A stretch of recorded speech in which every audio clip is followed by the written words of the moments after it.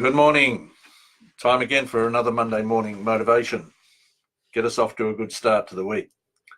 And today I just wanted to chat about what it is that might be stressing everybody today. And why do I ask a question like that? Well, according to a recent survey by the National Australia Bank, about half or maybe more of people in business are actually stressed about the business. They're worried about it. They're experiencing overwhelm. And at this time of year, many of you might be stressed because we're actually heading into, good morning, Catherine, how are you today? We're heading into the end of the financial year. And of course, that means checking out your numbers, and lots of people might be distressed about numbers, not because of what they're actually telling us, but what they are, numbers.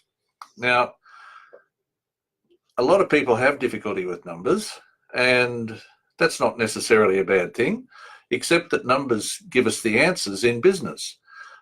Whenever we look into business, the numbers are always in the answers. Sorry, the answers are always in the numbers. And it's understanding how to interpret those numbers that tells us whether or not we're doing the right thing at any given time. So if you have difficulty with numbers, go and find somebody that can interpret them accurately for you and get them to help, because it really does make business ever so much more simple if you understand what the numbers are actually telling you. Now, they can help in really simple ways by telling you what your strengths, weaknesses, opportunities and threats are. Because if you understand how to interpret those numbers, you'll be able to see, okay, I'm really strong in this area, I'm a bit weak in that area, there's opportunities over here in this area, and there's a threat coming from that area. Now, that means that you're able to become really clear about what it is that you can do. Now, in any area that you're a bit weak, maybe it's a good opportunity for you to get somebody else who's strong in that area to do that part for you. Now, that could mean that you have employees, it could mean you have contractors, it could be a whole bunch of ways of doing things like that. It might be already somebody who's already in the business. So you have a good look at those numbers, understand them, and life becomes ever so much more simple. Now, we want a bit of clarity when we're in business, so we understand what it is we're about to do and what it is we're about to continue doing.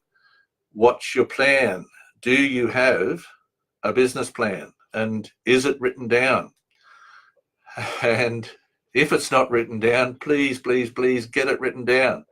It's really important to have a plan that will give you clarity. And is it just something to start you off on your journey? No, it's not. A business plan written properly should be something that you refer to from time to time to help you understand, am I in the right place? Am I doing the right things? Am I achieving the way that I set out to achieve things? It tells you all manner of things about, have you taken the right turn here? Have you introduced the right products, the right services?